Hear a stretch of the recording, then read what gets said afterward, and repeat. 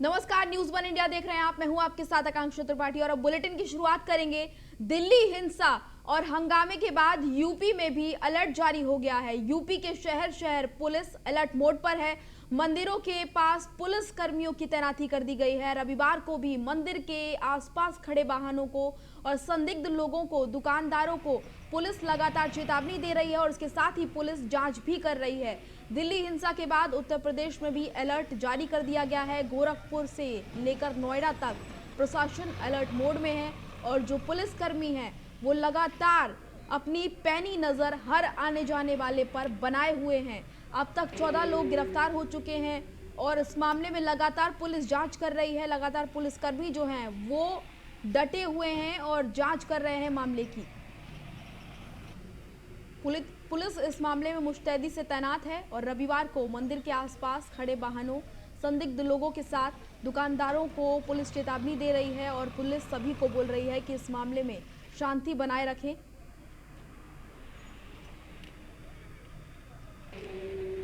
जहांगीरपुरी में हिंसा के बाद पुलिस अब अलर्ट मोड पर है। यूपी में भी पुलिस एकदम एक्टिव मोड में नजर आ रही है और यूपी पुलिस एकदम अलर्ट मोड पर है। सभी पुलिसकर्मी तैनात हैं और हर आने जाने वाले पर नजर रखी जा रही है। खास तौर से दिल्ली से सटे जो जिले हैं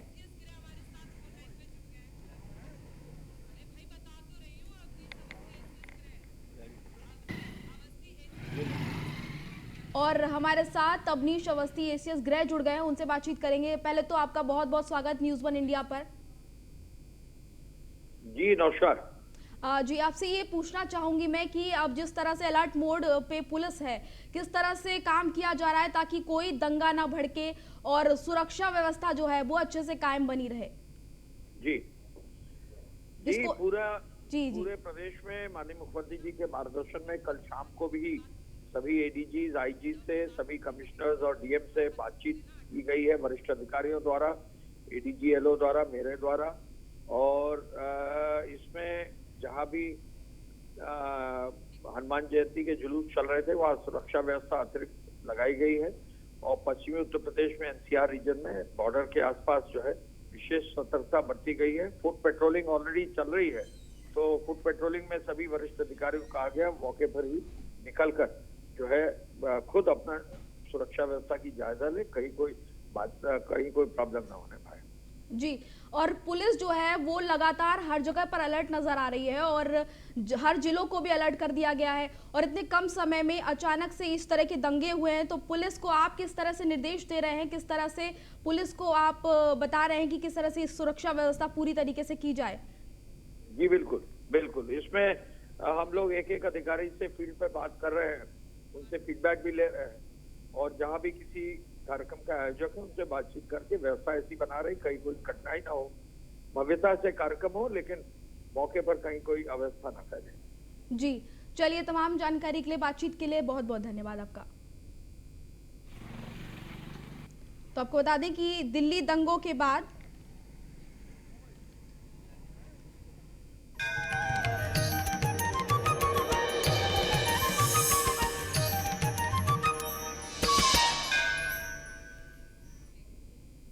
और अब आगे बढ़ेंगे, उत्तराखंड की खबरों का रुख करेंगे। आपको बता दें कि हरिद्वार के डाटा जलालपुर में शोभा यात्रा पर पथराव का मामला सामने आया है। 12 नामजद और 40 अज्ञात के खिलाफ एफआईआर दर्ज की गई है। आगजनी कराने वालों को चिन्हित कर रही है पुलिस। डाटा जलालपुर गांव में पीएसी तैनात कर दी गई है। हनुमान जयंती की शोभा यात्रा पर पथराव हुआ था। पथराव में 6 से अधिक लोग घायल हो गए थे। डाटा जलालपुर गांव का माहौल तनावपूर्ण बना हुआ है। हरिद्वार के भगवानपुर क्षेत्र के डाटा जलालपुर गांव में हनुमान जयंती की शोभा यात्रा पर हुए पथराव के मामले में पुलिस ने भगवानपुर थाने में 12 नामजद 40 अज्ञात के खिलाफ एफआईआर दर्ज कराई है। शोभा यात्रा में पथराव के बाद बवाल करते हुए गाड़ी को भी आग के हवाले कर दिया गया था। आपको बता दें कि शनिवार देर रात ग्रामीणों द्वारा निकाली जा रही हनुमान जयंती की शोभा यात्रा पर कुछ अज्ञात लोगों ने पथराव कर दिया था, जिसमें 6 से अधिक लोग जो है उनको चोटें आ गई थी। गांव का माहौल तनावपूर्ण हो गया था और मौके पर पीएसी तैनात की गई थी। हालात पर काबू कर लिया गया है। तनाव की सूचना पर जिलाधिकारी और एसएसपी तत्काल पहुंचे हैं और मौके पर पहुंचकर उन्होंने वहां पर जानकारी लेनी शुरू कर दी है, जांच करनी शुरू कर दी है।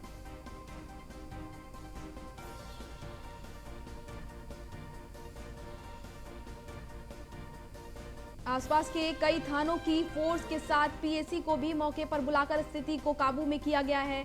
गनीमत ये रही कि भगवानपुर पुलिस पहले से ही शोभा यात्रा में मौजूद थी। ये कल शाम हनुमान जयंती के जुलूस के दौरान ये जो डाडा जलालपुर गांव है वहाँ पे कतिपय व्यक्तियों के द्वारा इस शोभा यात्रा की तरफ पथराव किया गया और जिसके बाद वहाँ पर सांप्रदायिक जो सौहार्द था वो खराब हुआ। पुलिस ने तत्काल मौके पर पहुंचकर स्थिति को नियंत्रित किया और शोभा यात्रा पूर्ण हुई है। इस संबंध में एक प्रथम सूचना रिपोर्ट दर्ज की गई है। इसमें जो नामित व्यक्ति हैं इनकी गिरफ्तारियां की जा रही हैं। पर्याप्त संख्या में पुलिस बल मौजूद है और क्षेत्र में शांति व्यवस्था बनी हुई है। ये 13 लोगों के और अन्य के खिलाफ मुकदमा दर्ज हुआ है। अभी तक स्पष्ट नहीं है, लेकिन चूंकि ये जुलूस निकल रहा था और इस पर पथराव हुआ है तो निश्चित रूप से इसी से कोई जुड़ी हुई चीज़ होगी, लेकिन इस पर भी इन्वेस्टिगेशन चल रही है। हाँ, मौके पर पर्याप्त संख्या में पुलिस बल तैनात है। गाँव में भी हमारे करीब 60 से अधिक पुलिस का लगातार। इसी खबर पर हमारे साथ संवाददाता सुमित सैनी जुड़ गए हैं। सुमित, ये शोभा यात्रा पर पथराव किया गया है, जगह जगह से इस तरह की खबरें सामने आ रही हैं और इसमें पुलिस भी अब एक्शन मोड में है। क्या जानकारी आपके पास इसको लेकर और अधिक? बिल्कुल, ये क्योंकि रात की घटना है, क्योंकि जगह जगह क्योंकि कई प्रदेशों में इस तरह की घटना हुई है, तो ऐसे ही हरिद्वार जनपद में भी ये घटना हुई थी। क्योंकि हनुमान जयंती पर जुलूस निकला था, तो जुलूस पर पथराव हुआ था। तो गनीमत ये थी कि वहां पर पुलिस जुलूस में शामिल थी, तो पुलिस ने मौके पर एक्शन लिया और जो आसपास के जो क्षेत्रों से थे वहां से भी बाकायदा पुलिस फोर्स और पीएससी को वहां पर तैनात किया गया, जिसमें 13 लोगों के खिलाफ नामदर्ज मुकदमा भी दर्ज करा लिया गया और अज्ञात लोगों के खिलाफ भी मुकदमा दर्ज किया। अब उनकी गिरफ्तारी के लिए भी पुलिस जगह जगह प्रयास कर रही है कि उनकी गिरफ्तारी हो सके और पूरे क्षेत्र में पुलिस और पीएससी को पूरी तरह से तैनात कर दिया गया है, जिससे कि इस मामले में कोई और आगे ना बढ़ पाए मामले को। और क्योंकि तनातनी बनी हुई है तो इसको लेकर पुलिस पूरी तरह से यहाँ पर मौजूद है। यहाँ पर जी पुलिस फोर्स पूरी तरीके से मौजूद है और इस तरह की तस्वीरें तमाम जगहों से सामने आ रही हैं, लेकिन बाकी जगहों पर भी इस तरह की कोई हिंसा ना हो, उसको लेकर कैसे इंतजाम कर रही है पुलिस? बिल्कुल, तमाम जगह जो जहाँ पे, क्योंकि जब दिल्ली की जब घटना हुई तो उसके बाद में हरिद्वार पूरे उत्तराखंड में भी अलर्ट जारी कर दिया था, क्योंकि इस तरह से जो जुलूस निकलेंगे तो कहीं ना कहीं ऐसे पथराव वाली जैसी घटना ना हो पाए। तो उसी के चलते इतनी पुलिस पूरी तरह से मुस्तैद थी। जब ये भगवानपुर में घटना हुई तो घटना के बाद में पुलिस पूरी एक्शन मोड पे आई। उससे पहले पुलिस पूरी तरह से पूरी मौजूदगी में पुलिस वहां पर मौजूद थी, लेकिन कहीं ना कहीं कोई और इस तरह से तनातनी का माहौल ना बने तो जगह जगह अलर्ट किया हुआ है। जगह जगह पर पुलिस हर तरह से मौजूद है, तैनाती हो रखी है। जी, पुलिस ने जिन लोगों को गिरफ्तार किया है, क्या वो किसी तरह की जानकारी दे रहे हैं कि कैसे ये सब घटना हुई, क्या वजह रही है इसकी? अभी इसमें गिरफ्तारी नहीं हुई है, गिरफ्तारी के प्रयास किए जा रहे हैं। अभी उनके खिलाफ मुकदमा दर्ज किया, नामजद मुकदमा दर्ज किया है। अभी पुलिस, क्योंकि जब पत्थर फेंकने वाले थे वो मौके से वहां से फरार हो गए थे, अब उनकी पुलिस धरपकड़ शुरू कर चुकी है। अब उनको जल्द से जल्द गिरफ्तार करने की बात कर रही है। जी, चलिए सुमित, तमाम जानकारी के लिए बहुत बहुत धन्यवाद आपका। आगे बढ़ेंगे। उत्तराखंड कांग्रेस से जुड़ी बड़ी खबर आपको बता दें कि करण माहारा ने संभाल लिया है प्रदेश अध्यक्ष का पदभार। कांग्रेस प्रदेश प्रभारी देवेंद्र यादव इस दौरान मौजूद रहे। कांग्रेस के मुख्यालय पर यह कार्यक्रम पूरा आयोजित हुआ था, जहां पर तमाम कांग्रेस के नेता पहुंचे हुए थे। नेताओं की नाराजगी के बीच उन्होंने अपना पदभार संभाल लिया है। करण माहारा पहुंचे हुए थे और उनके साथ तमाम कांग्रेस के नेता भी मौजूद रहे। आपको बता दें कि कांग्रेस प्रदेश प्रभारी देवेंद्र भी वहां पर मौजूद थे। कांग्रेस मुख्यालय पर यह कार्यक्रम हुआ और नेताओं की नाराजगी के बीच ये पदभार उन्होंने संभाला है। कांग्रेस मुख्यालय में इसका आयोजन किया गया था। कांग्रेस के प्रदेश प्रभारी देवेंद्र यादव भी मौजूद रहे। उत्तराखंड कांग्रेस से जुड़ी बड़ी खबर आपको बता रहे हैं। करण माहारा ने प्रदेश अध्यक्ष का पदभार संभाल लिया है और यहाँ पर तमाम कांग्रेस के नेता मौजूद रहे और सभी ने उनका जोरदार स्वागत किया। फूल माला पहनाकर उनका स्वागत किया। कार्यकर्ताओं में भी यहाँ पर खुशी देखने को मिली। कांग्रेस के तमाम नेता यहाँ पर मौजूद रहे। सभी की मौजूदगी में उन्होंने अपना पदभार संभाला है। प्रदेश अध्यक्ष का पदभार उन्होंने संभाला है। तस्वीरें आप देख सकते हैं जिसमें कांग्रेस के तमाम नेता करण माहारा को बधाई देते हुए नजर आ रहे हैं। फूल की माला उनको पहनाते हुए नजर आ रहे हैं और अपने अपने हिसाब से अपने अपने तरीके से उनका स्वागत करते हुए सभी नेता यहाँ पर नजर आ रहे हैं। और इस खबर पर हमारे साथ संवाददाता संदीप नेगी जुड़ गए हैं। संदीप, तमाम नाराजगी के बीच, नेताओं के बीच जो नाराजगी चल रही है उसके बीच अब इन्होंने ये पदभार अपना संभाल लिया है। बिल्कुल, देखिए और आज अध्यक्ष बना दिए गए थे करण महारा, और उसके बाद आज उन्होंने कांग्रेस भवन में आकर अपना जो पदभार है वो कहीं ना कहीं ग्रहण किया, और कांग्रेस को आगे ले जाने की अब पूरी जो जिम्मेदारी है वो कहीं ना कहीं करण महारा के कंधों पर है। तो लेकिन दूसरी और सबसे बड़ी बात ये भी है कि जिस तरह से कांग्रेस में कहीं ना कहीं जो लगातार जो अंतर्कलह और जो गुटबाजी चल रही थी, क्योंकि आज करण महारा जो कि कांग्रेस के प्रदेश अध्यक्ष है, तो उनकी अगुवाई में कहीं जो 19 जो विधायक हैं उनको कहीं ना कहीं आना चाहिए था। लेकिन अगर पूरे घटनाक्रम की अगर हम बात करें तो महज 6 विधायक ही कांग्रेस भवन पहुंच पाए हैं। हालांकि जो पूर्व मुख्यमंत्री हरीश रावत हैं वो मौजूद हैं, गणेश गोदियाल यहाँ पर जो पूर्व प्रदेश अध्यक्ष हैं वो मौजूद हैं। लेकिन जो सबसे बड़ी बात यह है कि जो प्रीतम सिंह है, जो निवर्तमान नेता प्रतिपक्ष रह चुके हैं, वो यहाँ पर मौजूद नहीं है। उनके साथ अगर कह सकते हैं तो करीबन जो एक बड़ी तादाद है विधायकों की, वो भी यहाँ पर मौजूद नहीं है। हालांकि ताजपोशी जरूर हुई है, लेकिन कहीं ना कहीं अंदरूनी जो कला है कांग्रेस की वो भी सीधे तौर पर बढ़ती हुई दिखाई दे रही है। और सबसे बड़ी बात करें तो प्रदेश प्रभारी जो देवेंद्र यादव है, उनके खिलाफ लगातार जो कांग्रेस के अपने ही कार्यकर्ताओं ने जो मोर्चा खोला था, लेकिन उसके बावजूद भी वो यहाँ पर मौजूद है। तो कहीं ना कहीं अब जरूर एक उनके कंधों पर जो करण महारा हैं, उनके कंधों पर 2027 तक कहीं ना कहीं जो जिम्मेदारी जो उनकी ले जाने की तो कांग्रेस जरूर बात कर रही है। लेकिन देखने वाली बात ये होगी कि जो अपने जो अंदर खाने के जो विधायक हैं वो कहीं ना कहीं टूटते हुए जरूर दिखाई दे रहा है, और कांग्रेस अपने ही अंदर के अंतर्कलह से फिलहाल यहाँ पर जूझती हुई दिखाई दे रही है। जी तमाम तरह की नाराजगी भी कांग्रेस नेताओं में है, अंतर्कलह भी कांग्रेस में है, और भीतरघात के भी तमाम आरोप लगते आ रहे हैं कांग्रेस के खेमे में। तो इस तरह से ये पद उनके लिए चुनौतीपूर्ण साबित हो सकता है करण महारा के लिए। जी बिल्कुल चुनौतीपूर्ण वाकई बिल्कुल साबित है, क्योंकि नेता प्रतिपक्ष के लिए भी ये पद चुनौतीपूर्ण साबित है। दूसरी ओर अगर बात करें तो प्रदेश अध्यक्ष के लिए भी ये पद कहीं ना कहीं चुनौतीपूर्ण साबित है, क्योंकि इस बार गढ़वाल के नेताओं की इस पर नाराजगी है कि गढ़वाल के किसी भी नेता को कोई भी संगठन ने जगह नहीं दी है, और पूरी तरह से जो कुमाऊं रीजन है वहां पर नेता प्रतिपक्ष का चुनाव को भी बनाया गया है, और प्रदेश अध्यक्ष की जिम्मेदारी वहां पर करण महारा को दी गई है। और यहाँ तक कि जो खटीमा सीट से जो चुनाव जीत कर आए हैं भुवन कापड़ी, उनको नेता उपसदन बनाए। तो ऐसे में कहीं ना कहीं जो गढ़वाल पक्ष के जो नेता है उनकी जो लाजमी जो नाराजगी है लगातार बरकरार है, और यही बात जो आज है वो खुलकर अब सामने आती हुई दिखाई दे रही है। लेकिन जिस तरह से जो करण महारा कह रहे हैं कि सीधे तौर पर वो कहीं ना कहीं कांग्रेस को मजबूत यहाँ पर करने के काम करेंगे, क्योंकि अब महज कुछ ही समय बाद लोकसभा चुनाव यहाँ पर नजदीक आने वाला है। 5 सीट उत्तराखंड में लोकसभा की है, तो ऐसे में कांग्रेस अपनी 5 लोकसभा सीटों पर कितनी मजबूत स्थिति में उभर कर आती है, ये कहीं ना कहीं करण महारा के लिए एक रीढ़ी खीर साबित जरूर होगा कि अपने जो नेताओं को वो समावेश बनाए और संगठन को कहीं ना कहीं मजबूत करें। लेकिन फिलहाल अगर हम बात करें, आज की बात करें, तो जिस मंच पर खुद करण महारा बैठे हैं और नेता प्रतिपक्ष जसपाल आर्य बैठे हैं, तो उसी मंच पर कहीं ना कहीं कांग्रेस का एक जो बहुत बड़ा जो धड़ा है विधायकों का, वो पूरी तरह से गायब है। तो आप निश्चित तौर पर अंदाजा जरूर लगा सकते हैं कि आखिरकार कहीं ना कहीं जो गुटबाजी कांग्रेस में अभी भी सामने है। हालांकि आज ताजपोशी है कांग्रेस के लिए एक बहुत अच्छा दिन है कि कहीं ना कहीं करण महारा ने आज जो अपना पद है वो पदभार संभाला है, और कांग्रेस को आगे ले जाने की काम को लेकर लगातार बात कर रहे हैं। लेकिन दूसरी ओर जो नाराजगी है वो भी खुलकर यहाँ पर जाहिर होती हुई दिखाई दे रही है। जी चलिए, तमाम जानकारी के लिए बहुत बहुत धन्यवाद आपका। आगे बढ़ेंगे। उत्तराखंड बीजेपी के अंदर भीतरघात को लेकर रिपोर्ट तैयार की गई है। रिपोर्ट को अनुशासन समिति के पास भेजा गया है। जल्द ही भीतरघातियों पर कार्रवाई हो सकती है, बड़ी कार्रवाई हो सकती है।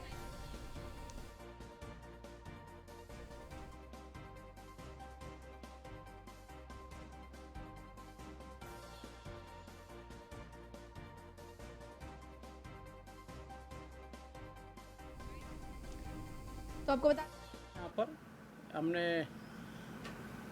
सभी विधानसभाओं पर कुछ कंप्लेंटें आ रही थी चुनाव को देखते हुए, और हमने सारे वरिष्ठ अपने कार्यकर्ताओं को सब विधानसभाओं में भेजा था। वहाँ से कुछ रिपोर्ट वो लेकर आए हैं। कुछ जगह अनुशासनहीनता भी हुई है, उसके सत्यापन के लिए अब हमने अनुशासन समिति जो है उनको दे दी है रिपोर्ट, और वो आने वाले समय में जब भी हफ्ते 10 दिन में रिपोर्ट देंगे, फिर उस पर संगठनात्मक बैठकर चर्चा करेंगे सभी लोग, और क्या कार्रवाई करनी है उस पर निर्णय करेंगे।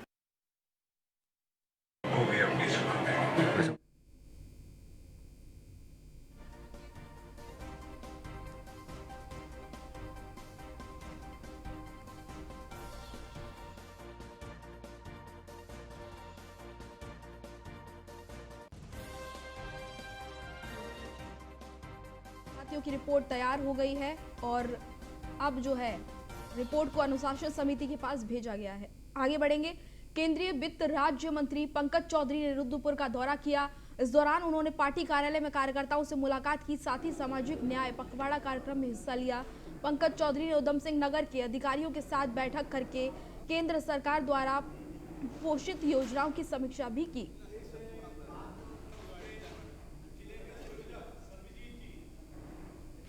आपको बता दें कि अफसरों के साथ केंद्र पोषित योजनाओं की समीक्षा की और केंद्रीय वित्त राज्य मंत्री पंकज चौधरी ने रुद्रपुर का दौरा किया और यहाँ पर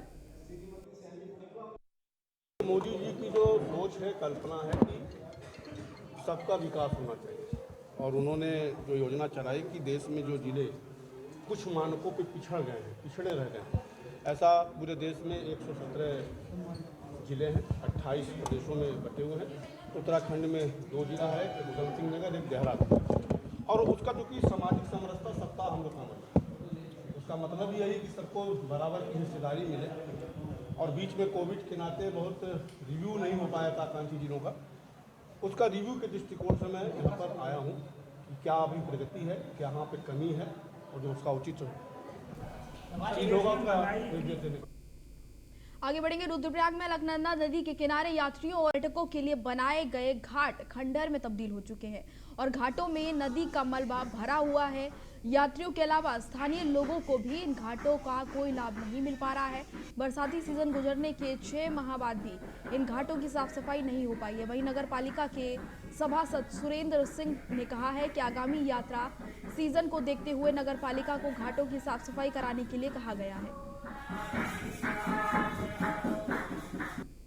आपका सही कहना है कि घाटों का जो भरान हो चुका है, क्योंकि हमेशा जब भी बरसात के समय में पूरा चारों ओर जितने भी घाट बने हैं सब में रेता भर जाता है और रेत के साथ साथ गंदगी भी पहुंच जाती है। तो इस विषय में नगर पालिका को हमने भी अवगत करा चुके हैं कि जल्द से जल्द इन घाटों की सफाई की जाए ताकि आने वाले जो यात्री लोग हैं उनको वो घाटों का आनंद ले सकें और माँ गंगा के किनारे आराम से बैठकर अपना भजन कीर्तन कर सकें। रुद्रप्रयाग में एनपीसीसी के निर्माणाधीन गैड गडगू मोटर मार्ग पर कछुआ गति से कार्य होने और मार्ग निर्माण में गुणवत्ता को दरकिनार करने सहित 8 सूत्रीय मांगों को लेकर गड़गू गांव के ग्रामीणों ने गड़गू से गौड़ तक विशाल प्रदर्शन किया। इस मौके पर ग्रामीणों ने अपने गुस्से का इजहार करते हुए सरकार और एनपीसीसी के खिलाफ जोरदार नारेबाजी की। वहीं ग्रामीणों ने विभिन्न स्थानों पर चल रहे निर्माण कार्य को रुकवाया और तहसील प्रशासन के माध्यम से प्रधानमंत्री को ज्ञापन भेजकर निर्माण कार्यों में लापरवाही बरतने वाले अधिकारियों के खिलाफ कार्रवाई नहीं होने पर 10 मई को रुद्रप्रयाग गौरीकुंड नेशनल हाईवे पर चक्का जाम की चेतावनी भी दी है। आगाह करना चाहता हूं कि पिछले 3 वर्षों से हम चुके हैं, तब इस सड़क के विभाग और ठेकेदार बिल्कुल हरकत में नहीं आए। दिनांक मैसेज के साथ आगाह करना चाहता हूं कि पिछले 3 वर्षों से हम लोग लगातार सरकार और आवाज दो, जिला प्रशासन जिला प्रशासन मुर्दाबाद। फिलहाल यहाँ काम करना चाहता है, हमने नहीं कहा। आवाज दो, एनपीसीसी मुर्दाबाद। आवाज दो, जिला प्रशासन होश में हो। आवाज दो।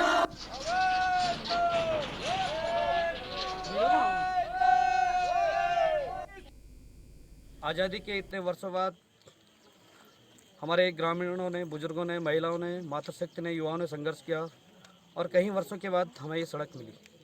मार्च 2019 को इसका काम शुरू हुआ था और विभाग की अगर बात करें तो मार्च 2022 तक उन्होंने ये काम फाइनल करना था, लेकिन अभी तक यहाँ दीवारें नहीं लगी, लोगों के खेतों का मुआवजा नहीं मिला है, गांव के पैदल रास्ते टूट गए हैं और विभाग यहाँ पे आने के लिए तैयार नहीं। सरकार का कोई प्रतिनिधि हमारी बात सुनने के लिए तैयार नहीं। ठेकेदार की बात करें, वो किसी बाहुबली मंत्री के आदमी हैं। हम तो कह रहे हैं वो मंत्री जी आए, हम काली पट्टी बांध के उनका पुतला दहन करेंगे सामने सामने, लेकिन वो मंत्री जी एक बार आए तो सही जनता के बीच में। मैं तो कहता हूँ धिक्कार है ऐसे मंत्रियों को जिनके बाहुबली और जिनके ठेकेदार जो भ्रष्टाचार में लिप्त है, जिनकी वजह से हमें यहाँ पे आंदोलन के लिए बाध्य होना पड़ रहा है। हरिद्वार के बादराबाद इंडस्ट्री एरिया में स्थित कंपनी में आग लगने से अफरा तफरी मच गई। आपको बता दें कि यहां पर and style private limited company में आग लगने की सूचना के बाद फायर ब्रिगेड की टीम देर से पहुंची। उससे पहले कंपनी में मौजूद जो कर्मचारी थे उन्होंने आग बुझाने का प्रयास किया। आग लगने के कारण का अभी तक पता नहीं लग पाया है और ये माना जा रहा है कि शॉर्ट सर्किट की वजह से आग लगी है। आग लगने से कंपनी में अफरा तफरी का माहौल मच गया और कर्मचारियों ने खुद ही आग बुझाने का काम शुरू कर दिया। फायर ब्रिगेड की टीम नहीं पहुंच पाई थी मौके पर। तो कर्मचारियों ने खुद ही आग पर काबू पाने की कोशिश की। आग लगने से कंपनी में अफरा तफरी का माहौल बन गया और ये माना जा रहा है कि शॉर्ट सर्किट आग लगने का कारण है। नगर निगम हरिद्वार में चोरों ने MNA सहित कई दफ्तरों में धावा बोल दिया है। आपको बता दें कि चोर इन दफ्तरों के ताले तोड़कर कई फाइलें लेकर फरार हो गए हैं। चोरों की ये पूरी करतूत दफ्तर में लगे CCTV कैमरे में कैद हो गई है। बड़ी बात यह है कि निगम में बकायदा नाइट शिफ्ट में चौकीदार रहता है, लेकिन उसे भी चोरी की भनक नहीं लगी। अब पुलिस ने मामले की जांच शुरू कर दी है। सब सामान ऐसे निकाल के गए वो लोग, ये भी छोड़ दिया। कई फाइलें चोर चुराकर भाग गया और वहां पर तैनात चौकीदार को भी इसकी भनक नहीं लगी। आपने मुझे सूचना दी थी फ़ोन से, तो मैंने तुरंत चौकी इंचार्ज को वहाँ पे भेजा। तो चौकी इंचार्ज ने अपने जो फिजिकल इंस्पेक्शन वहाँ पे है उस पर देखा कि वहाँ 2-3 ताले टूटे हैं और CCTV में ये बात कवर भी हो रही कि कोई व्यक्ति वहाँ कुछ ढूंढने के फिराक से गया था। अभी तक की सूचना के अनुसार, तथ्यों के अनुसार कुछ विशेष चीज़ चोरी नहीं हुआ। तो ऐसा लगता है कि किसी फाइल या किसी पर्टिकुलर किसी एक विशेष चीज़ को ढूंढने के लिए वो व्यक्ति वहाँ गया था। बाकी CCTV में और सर्च कर रहे हैं। जो वहाँ के कर्मचारी, उनसे पूछताछ की जाएगी। और जैसा मुझे MNA साहब ने बताया कि वो एक चौकीदार भी रात को रखते हैं, तो इन सब से पूछताछ के बाद चीज़ें क्लियर हो पाएंगी। इसमें मैं कोई टिप्पणी नहीं करूँगा। एक बार हम उसको पूरा चेक कर लेते हैं, उसके बाद फिर देखते हैं कि क्या वो व्यक्ति कौन था, क्या उसका मकसद था। तो चीज़ें जब एग्जैक्ट फैक्ट में आ पाएंगे तब हम बता पाएंगे। लालकुआ में 18 अप्रैल को स्वास्थ्य विभाग की तरफ से एक विशाल कैंप लगाया जाएगा और जिले के तमाम विभाग इस कैंप में हिस्सा लेंगे और अपने अपने स्टॉल लगाएंगे। कैंप में जनता को जागरूक करने के साथ ही उनका हेल्थ चेकअप भी किया जाएगा। बता दें कि नैनीताल के DM और लोकसभा सांसद समेत लालकुआ विधायक भी इस कैंप में शामिल होंगे।